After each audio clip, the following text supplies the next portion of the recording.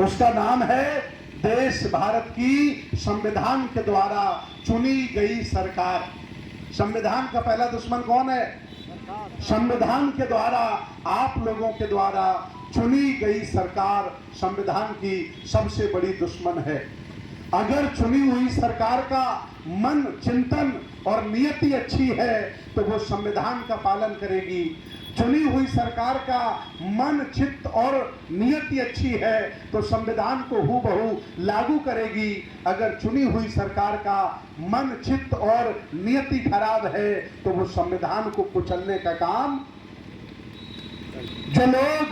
जो लोग आप लोगों के वोटों के द्वारा एमपी, एमएलए बनते हैं और आप लोगों के वोटों के द्वारा जो मुख्यमंत्री और प्रधानमंत्री बनते हैं, उन्हें पावर मिल जाता है और वो पावर का दुरुपयोग करके वो संविधान के साथ छेड़छाड़ करते हैं।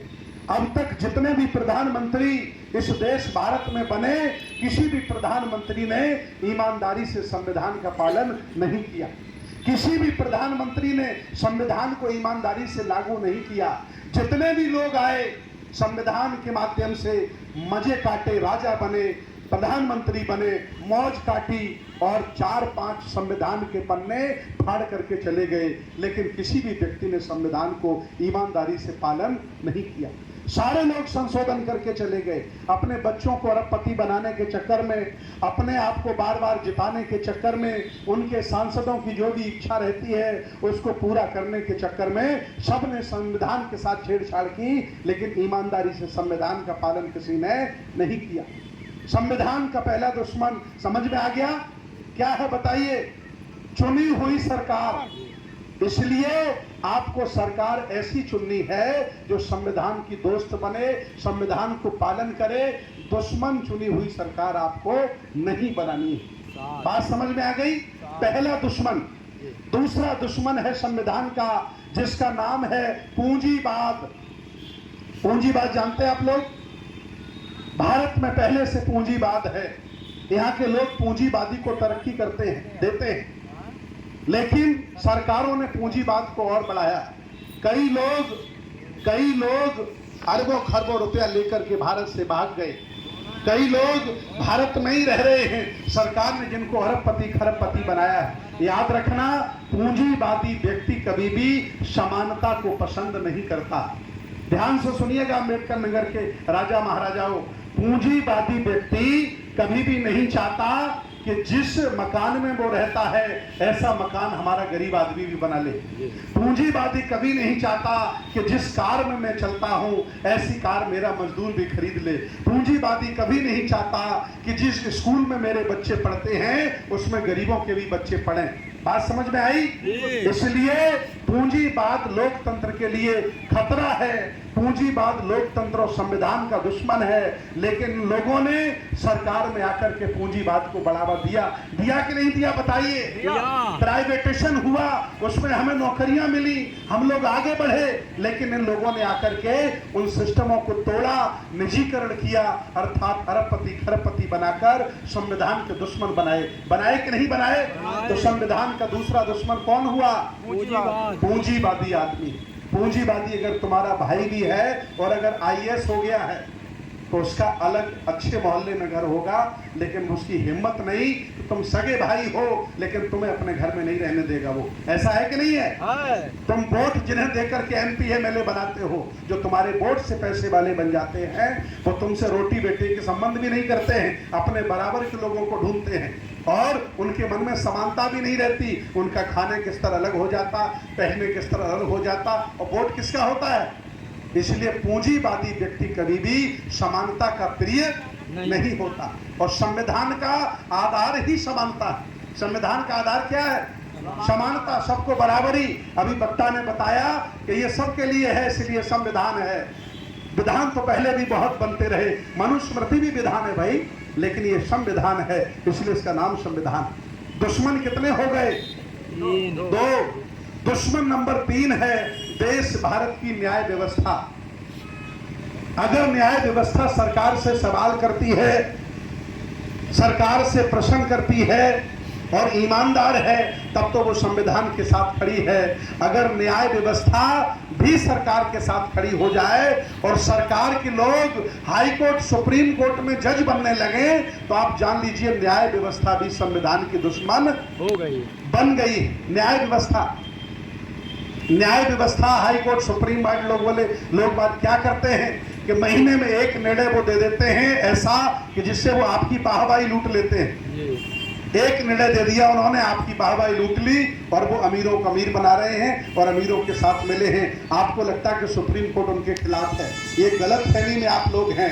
जब कैडर के लोग, बीजेपी के लोग हाई कोर्ट सुप्रीम कोर्ट में जाने लगेंगे तो बचाओ संविधान की वो रक्षा करेंगे, ये संविधान को बर्बाद करेंगे। इसलिए वर्तमान की देश भारत की जो न्याय व्यवस्था है ये भी संविधान के खिलाफ खड़ी हो गई है। वो संविधान को बदलना चाहते हैं।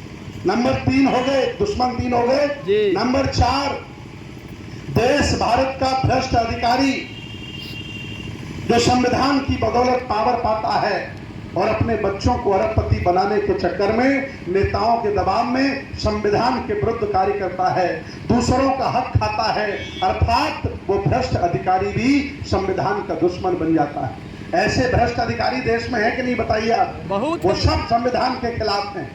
इसके बाद दुश्मन नंबर 5, देश भारत का मीडिया, ये अखबार वाले, ये टीवी वाले, ये सोशल मीडिया वाले अगर सरकार से सवाल करते हैं तो संविधान के साथ खड़े हैं और सरकार के अगर तलवे चाट रहे हैं तो इस संविधान के विरोध में खड़े हो गए हैं। याद रखना, मीडिया को और न्याय व्यवस्था को संविधान में बहुत पावर मिला है। मुख्यमंत्री चाहे जितना ताकतवर हो, अगर हाई कोर्ट चाहे तो मुख्यमंत्री के काम में रोक लगा सकता है। प्रधानमंत्री चाहे जितना पावरफुल हो, सुप्रीम कोर्ट चाहे तो प्रधानमंत्री के काम में रोक लगा सकता है। लेकिन हाई कोर्ट, सुप्रीम कोर्ट सरकार के इशारे पे चलने लगते हैं तो संविधान खतरे में आ जाता है। आ जाता है कि नहीं आ जाता? तो दुश्मन कितने हो गए? 5। ये मीडिया वाले आप तो देख ही रहे, कभी सच्चाई नहीं दिखाते। टीवी खोलिए तो ऐसा लगता है कि माननीय प्रधानमंत्री दोबारा शपथ ले रहे हैं। हो गया उनका, मतलब चुनाव हो चुका है, अब शपथ लेने वाले, ऐसा टीवी में माहौल चल रहा है। और विपक्ष को दे रहे हैं बड़े 15-16 जीत जाएंगे, ज्यादा नहीं जीत पाएंगे, ऐसा माहौल। अगर आपने टीवी खोल के देखी तो हो सकता है आप भी बीजेपी को वोट दे आओगे, दे दो यार, क्या फायदा, लड़ने से फायदा, जीत तो रही है, ये काहे उसे विरोध करो, है ना। और दुश्मन नंबर 6 जो सबसे बड़ा दुश्मन है, जितने 5 हमने जो दुश्मन बताए उनमें आप किसी में भी शामिल हो क्या? नहीं हो ना। 5 दुश्मन जो संविधान के हमने बताए उसमें आप लोग शामिल नहीं हो, लेकिन जो छठा दुश्मन में संविधान का बताने जा रहा हूं इसमें आप सभी लोग शामिल हो। और संविधान का छठा दुश्मन है जिसका नाम है देश भारत की सोई हुई जनता। क्या है? देश भारत की सोई हुई जनता। विचार करिए कि जिस संविधान की बदौलत तुम्हारे चेहरे पर चमक हो, जिस संविधान की बदौलत तुमने कॉटन पहना हो, 5-10 हजार के तुम जूता पहन के टहल रहे हो, 1 करोड़ के घर में रह रहे हो, 20 लाख की कार में चल रहे हो और अकाउंट भी ठीक ठाक होगा, मंथली वेतन पा रहे हो, मन चाहा व्यापार कर रहे हो, बीडीसी, प्रधान, प्रमुख, एमपी, एमएलए, राष्ट्रपति, सब कुछ बनने का आपको मौका मिल रहा हो, उस संविधान की जितनी दुर्दशा ये देश भारत की सोई हुई जनता कर रही है उतनी दुर्दशा कोई दूसरा करने वाला नहीं। अगर आप लोग जागरूक होते, अगर आप लोग संविधान के खिलाफ कार्य करने पर 1 लाख इकट्ठे हो जाते अंबेडकर नगर में तो ये बात दिल्ली तक चली जाती और तानाशाह डर जाता। याद रखना, जब सरकारें तानाशाह हो जाएं तो सबसे पहले मीडिया पर कब्जा करती हैं, फिर कोर्ट पर कब्जा करती हैं और फिर गरीबों पर कब्जा करती हैं। और आजकल उनका पूरा प्लान चल रहा कि नहीं चल रहा? अगर संविधान तानाशाह अपने अंडर में ले लेता है तो देश में लोकतंत्र में एक ही मार्ग बचता है, उसे हम जन क्रांति कहते हैं। जन क्रांति समझते हैं आप? क्या ऐसा हो सकता है जैसा श्रीलंका में हुआ? श्रीलंका में क्या हुआ? वहां के तानाशाह ने देश बर्बाद कर दिया। 25 लाख लोग प्रधानमंत्री, राष्ट्रपति के घर में घुस गए। वीडियो देखा कि नहीं देखा? राष्ट्रपति को हेलीकॉप्टर लेकर के मॉरिशस भागना पड़ा। ये श्रीलंका की कहानी है। क्या तुम में हिम्मत है कि 10 करोड़ लोग दिल्ली चलो और चारों तरफ से पूरी दिल्ली को घेर लो? या तो तानाशाह देश छोड़ करके भाग जाएगा या तो संविधान बदलने का मंसूबा बदल देगा। ये हिम्मत है? नहीं है। इसलिए नहीं है ये हिम्मत, इसलिए नहीं है। एक हमारे पड़ोसी मिश्रा जी हैं, मैं लखनऊ गोमती नगर में रहता हूं। मिश्रा जी मेरे पड़ोसी हैं। उन्होंने कहा कि भंते जी मैं आपके भाषण बहुत सुनता हूं और मैं ब्राह्मण होकर के आपका फैन बन गया। मैंने कहा आपने अपनी जाति क्यों बताई? भाई आप ये बता देते कि मैं फैन आपका हो गया, पर्याप्त था। आपने ये क्यों कहा कि मैं ब्राह्मण होकर के फैन हो गया? मैंने कहा तुम्हारे पूरे खानदान में इतना कोई पढ़ा लिखा नहीं, इतना भंते सुमित रत्न पढ़ा लिखा है। ये कैसे कहा कि तुम ब्राह्मण हो? क्या आप में ज्यादा है? आप हमने कहा 75 kg के, हम 1 कुंतल के हैं। आपसे वजन भी ज्यादा है। क्यों भाई? पढ़े लिखे भी ज्यादा हैं। हमने विदेश यात्रा भी तुमसे ज्यादा की है और पूरी दुनिया में मेरे फैन भी ज्यादा हैं। आपने क्यों कहा ब्राह्मण है? वो कुछ हमें और बताने आया था। क्या बताने आया? बोला कि आप सब लोग मिलकर के जितना ब्राह्मणों को गरिहाते हो, और वो इसलिए गरिहाते हो क्योंकि हमने आपको 4-5 हजार जातियों में बांटा है। ये मैं अपनी गलती स्वीकार करता हूं कि हमने अपने फायदे के लिए आप सब लोगों को अलग अलग जातियों में बांटा, अर्थात बदबुओं में बांटा, नाले में डाला, ताकि ये लोग बटे रहें, जाति के गौरव से जीते रहें, ये कभी इकट्ठे न हो जाएं। आगे चल करके मिश्रा जी ने हमसे कहा कि मैंने आपको जातियों में बांटा, हम स्वीकार करते मेरी गलती है, लेकिन आप लोग भी तो संविधान के बाद पढ़ लिख कर, डॉक्टर बनकर, इंजीनियर बनकर, वकील बनकर 15 लाख संगठनों में बटे हो। तो 12 घंटे हमें गाली देते हो, 12 घंटा अपने आप को भी गाली दे लिया करो। मिश्रा जी हमको ये बात बताने आए थे। बात हम ठीक नहीं? कहा कि हमें आप गरिहाते हो, 5000 शादियों हमने बांट दिया। तुम भी तो पढ़े लिखे हो, 15,000 संगठनों में बटे हो। सबने अपना अपना अलग अलग नेता बना लिया है। याद रखना बहुजन समाज के लोगों, बाबा साहब ने इसी संविधान का अंतिम भाषण देते हुए कहा था कि बहुजन समाज या लोकतंत्र में जब भी हीरोशिप की तरफ आगे बढ़ेगा और नायक पूजा की तरफ आगे बढ़ेगा तो नायक आपको अपना भक्त मान लेगा और आपका तानाशाह बन जाएगा, अर्थात लोकतंत्र खात्मे की तरफ चला जाएगा। हम लोगों ने वही किया, अलग अलग संगठन बनाकर एक दूसरे की बुराई करना, एक दूसरे का अपमान करना, एक दूसरे को नीचा दिखाना।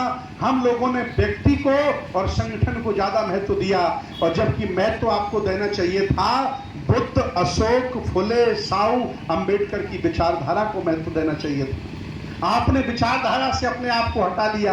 आप संगठन वाले हो गए, जाति वाले हो गए, किसी व्यक्ति के गुलाम हो गए। परिणाम ये निकला कि आज हम रोडों पे आगे कि नहीं आगे? रोडों पे महापुरुषों ने जो कुछ हमें दिया था हम उसे नहीं बचा पाए, और अब करोड़ों लोग मिलकर के बचाने की कोई गुंजाइश नहीं बची है। इसलिए मैं आज पूरे देश भारत में सब लोगों से कह रहा हूं कि मैं संविधान से सम्मान पाया। एक भंते जी ने मुझे फोन किया, भंते जी सारनाथ के थे, कहा कि संविधान, आप तो बौद्ध भिक्षु हैं, आप संविधान क्यों बांट रहे हैं? तो मैंने कहा भंते जी, अगर ये राजतंत्र होता, राजतंत्र में अछूतों और शूद्रों का क्या हाल था आपको पता कि नहीं होगा? अब मैंने कहा भंते जी ब्राह्मण तो हो नहीं, ना आप क्षत्रिय हो, ना आप बनिया हो सकता है कि शूद्र हो गए, अछूत हो गए। अगर संविधान नहीं होता तो जो चीवर तुम पहन के घूम रहे हो ये पहनने का अधिकार मिल जाता? बंते जी ने कहा नहीं मिल सकता था। तो मैंने कहा ये बात मुझे मालूम है कि संविधान है, इसीलिए मेरे बदन पर चीवर है, और जिस दिन संविधान हटा ये चीवर भी हट जाएगा। इसलिए मैं संविधान की वकालत और जागरूकता फैलाता हुआ पूरे देश में घूम रहा हूं। अगर सब कुछ लुट गया तो कम से कम तुम्हारी नजरों में मैं गद्दार नहीं रहूंगा, एक बहादुर रहूंगा कि एक बौद्ध भिक्षु अकेला संविधान रथ लेकर के गांव गांव घूमा, उसने लोगों को जगाया और कहा कि जाग जाओ, नहीं तो सब कुछ लुटने वाला है। लेकिन आप नहीं जागे। याद रखना, घर में 10-20 लोग मर जाए बड़ी घटना नहीं है, ट्रेन पलट जाए बड़ी घटना नहीं है, प्लेन क्रैश हो जाए बड़ी घटना नहीं है। अगर संविधान मिटा, संविधान हटा तो 130 करोड़ लोग बेमौत मारे जाएंगे। ये दुनिया की सबसे बड़ी घटना होगी और इस घटना को अंजाम देने में जितना आपका योगदान है उतना किसी का योगदान, क्योंकि आप लोग मूक बधिर घर में अपने बने बैठे हो। इसलिए आओ, निकलो, लोकतांत्रिक बातों को समझो, विज्ञानवाद तर्कवाद को समझो। मैं एक बौद्ध भिक्षु हूं, जाने कितने नेता हैं 75 साल में, लगभग 1000 तो नेता होंगे जो अरबपति बने होंगे कि नहीं बने होंगे? कम से कम 1000 नेता अरबपति बने। क्या वो ऐसी बस बना करके घुमा नहीं सकते थे? उन लोगों ने नालायकी की, उन लोगों ने दोगलापन किया है विचारधारा के साथ, समाज के साथ। इस 75 साल में कितने IAS PCS जज डॉक्टर बने होंगे नहीं बने होंगे? उन्होंने पैसा कमाया, अपने बच्चों को अरबपति बनाया, लेकिन संविधान की रक्षा में कोई उन्होंने काम। याद रखना, विचार पुत्र पैदा करना और रक्त पुत्र पैदा करना दोनों में बहुत बड़ा अंतर होता है। विचार पुत्र पैदा करना और रक्त पुत्र पैदा करना दोनों में बहुत बड़ा अंतर हो सकता है। आप जितने भी लोग यहाँ आए हो सबके पास रक्त पुत्र होगा, लेकिन भंते सुमित रतन आपका विचार पुत्र है। आपकी संपत्ति नहीं मांग रहा है, आपके घर में नहीं रह रहा है, फिर भी आपके संस्कृति की, आपके दर्शन की, आपकी विरासत की रक्षा करने के लिए पसीना बहा रहा है। मैं आपका रक्त पुत्र नहीं हूं, लेकिन मैं विचार पुत्र हूं। और ये बात बुद्ध ने आज के 2500 वर्ष पहले कही थी कि जब तक समाज में विचार पुत्र पैदा नहीं होंगे तब तक समाज कभी शासक नहीं बन सकता। पैदा करो रक्त पुत्र। लाइन लगी है। आज कितनी बड़ी आबादी है, 85 चिल्लाते रहते हो, चिल्लाते कि नहीं आप लोग? लेकिन 85 लाख लोग यहाँ जिंदा नहीं है जो चले संसद में और जाकर के संसद को पलटते हैं। क्या 85 चिल्लाने वालों, यहाँ 85 लाख जिंदा नहीं है। इसलिए आप लोगों ने रक्त पुत्र पैदा किए हैं। अगर विचार पुत्र पैदा किए होते तो ऐसी बुरी परमिशन होने वाली नहीं थी। इसलिए आज मैं निवेदन आप लोगों से करूंगा कि इस अभियान में आप लोग हमारा साथ दीजिए, हमारे साथ लगिए। और ये जो रास्ता है, ये जो मार्ग है, बहुत कठिन है। मैं एक बौद्ध भिक्षु हूं, पूरा आज हमें 6 महीना हो गए, किसी भी पार्टी के किसी एक नेता ने हमसे ये नहीं कहा कि भंते जी मैं आपकी गाड़ी में डीजल डलवाना चाहता हूं। ये मैं आपको निरस्ता बता रहा हूं। 6 महीने मुझे आज हो गए, किसी भी पार्टी के किसी भी नेता ने ये नहीं कहा कि भंते जी मैं आपके बस में डीजल डलवाना चाहता हूं। आप किसी पार्टी के नहीं हैं, आप तो सबके लिए काम कर रहे हैं, मैं आपकी हेल्प करना चाहता हूं। कोई सामने नहीं आया। अगर ये सरकारी कर्मचारी और हमारे गरीब लोग नहीं होते तो ये यात्रा मेरी चलने वाली नहीं। इसलिए उन अमीरों का क्या करें हम, जो किसी काम के आज आंदोलन के लिए नहीं है। हमसे तो अच्छे आप लोग हैं जो कुछ नहीं है, फिर भी दिल में बाबा साहब और बुद्ध आपके बसते हैं। उन लोगों के दिल में क्या बसता है? नोट, पैसा और पावर। वो आज आंदोलन में किसी काम के नहीं है। वो उनके पास जो भी है मेरे लिए गोबर है, उनके लिए सोना हो सकता है, लेकिन आंदोलन के लिए सब गोबर है, किसी काम का नहीं है। इसलिए मैं आज निवेदन करूंगा कि ये यात्रा ना रुके और हम चलते रहें, लोगों के बीच में जाते रहें और जागरूकता फैलाते रहें, लोगों को जागरूक करते रहें, संविधान के प्रति लोगों को जागरूक करते रहें। लक्ष्य हमने ले लिया कि 1 करोड़ संविधान घर घर पहुंचाएंगे। बड़ा मैं खुशी खुशी लक्ष्य ले लिया। जब गोला भाग लगाया तो हम खुद चकरा गए कि भैया 1 करोड़ संविधान कौन लेगा। 6 महीने में जब 26,000 हम बांट पाए, लोगों तक पहुंचा पाए। मैं आपके अंबेडकर नगर में भी ये संविधान लेकर के आया हूं और निवेदन करता हूं कि 1-1, 2-2, 4-4, 5-5 संविधान यहाँ से लेके जाइए और लेकर के अपने जरूरतमंद लोगों के बीच में बांटिए। बर्थडे घर में हो तो संविधान गिफ्ट दो, शादियां हो तो संविधान गिफ्ट दो। इस समय संविधान से बड़ा मुद्दा तुम्हारे सामने कोई नहीं है। अगर सब कुछ मिल गया और संविधान चला गया तो सब किसी काम का। खाना चाहे जितना अच्छा बना लो, चाहे जितना काजू बादाम डाल दो, अगर उसमें नमक नहीं होता है तो खाना अच्छा। वैसे ही आज मेरी जिंदगी में जैसे शरीर में खून ना हो तो ये शरीर किसी काम का नहीं, और खाने में नमक ना हो तो खाना किसी काम का नहीं, वैसे ही मेरी जिंदगी में संविधान बन गया है और इसकी रक्षा के लिए आपको ही आगे आना पड़ेगा। इन धन्ना सेठों से कोई मुझे उम्मीद नहीं, उन डरपोक लोगों से मुझे कोई उम्मीद नहीं जिन्होंने अरबपति, खरबपति और खरबपति बन करके अपनी संपत्ति बचाने के चक्कर में डर की वजह से घर में बैठे हैं, उनसे कोई उम्मीद नहीं। अब ये क्रांति करेगा तो बाबा साहब का अनुयायी करेगा, मान्यवर साहब का अनुयायी करेगा, बाबू जगदेव का अनुयायी करेगा, ललई सिंह यादव का अनुयायी करेगा, राम स्वरूप वर्मा का अनुयायी करेगा। अब क्रांति आपके जुम्मे आ गई है और हम सब लोगों को मिलकर के इस क्रांति को आगे तक ले जाना है। ये अभियान लगातार चलता रहे, रुके नहीं। मैं हर जिले में गया और हर जिले के लोगों से मैंने निवेदन किया। यहाँ भी मैं सभी संगठन के मुखिया लोगों से निवेदन कर रहा हूँ कि मेरे जाने के बाद अगर आपने पूरे जिले के गांव की सूची बनाई और घर घर संविधान पहुंचाने का संकल्प अगर ले लिया, घर घर पहुंचाने का, तो लगभग 10-5 हजार संविधान तो आप सामाजिक धार्मिक संगठन वाले लोगों के घर पहुंचा सकते कि नहीं? जिम्मेदारी लेनी पड़ेगी। हर जिले में मेरे आह्वान पर कोई 1000 बांट रहा, कोई 2000 जाकर के मेरे पर, हमारे अकेले से काम नहीं चलेगा, आपको सबको लगना पड़ेगा, क्योंकि संविधान में जितना अधिकार मुझे है उतना ही अधिकार तुम्हें मिला है। लेकिन तुमने संविधान की रक्षा के लिए कोई काम नहीं किया, इसलिए मैं काम आपको देके जा रहा हूं कि संविधान यहां से लें और एक समिति बनाएं और पूरे अंबेडकर नगर के गांव-गांव एक एक संविधान पहुंचाने का काम करें। ये बहुत बड़ा काम होगा, बहुत रचनात्मक कार्य होगा। ये मेरे मान सम्मान के लिए और मेरी जिंदगी के लिए बड़ा काम होगा। आज मैं आपसे अपील करना चाहता हूं कि आप अगर चाहते हैं कि मैं चलता रहूं, यात्रा गांव-गांव ले जाता रहूं, तो आपको आगे बढ़कर के इस यात्रा को दान और सहयोग करना पड़ेगा। मैं देखिए अपने साथ भिक्षा पात्र लेके चलता हूं, इसलिए लेके चलता हूं कि अगर मैं जहां से आया हूं और जहां मैं जाऊंगा इतना भी सहयोग आप नहीं करोगे तो बताओ मैं गाड़ियों का डीजल कहां से लाऊंगा, कैसे इस यात्रा को चलाऊंगा। इसलिए मैं बड़े हृदय से निवेदन करता हूं, क्योंकि आप सभी पुराने राजा महाराजा हैं, वर्तमान में जरूर इस व्यवस्था ने आपको गरीब छोटा अछूत बना दिया हो, लेकिन पुराने गौरव से जुड़िए और महसूस करिए कि विरासत भले ही लुट गई हो, अब हम जुड़ेंगे, संघर्ष करेंगे और देश पर फिर कब्जा करेंगे, शासक बनेंगे। बाबा साहब का अंतिम भाषण बाबा साहब का संविधान के बारे में बताकर मैं अपनी बात को समाप्त करूंगा।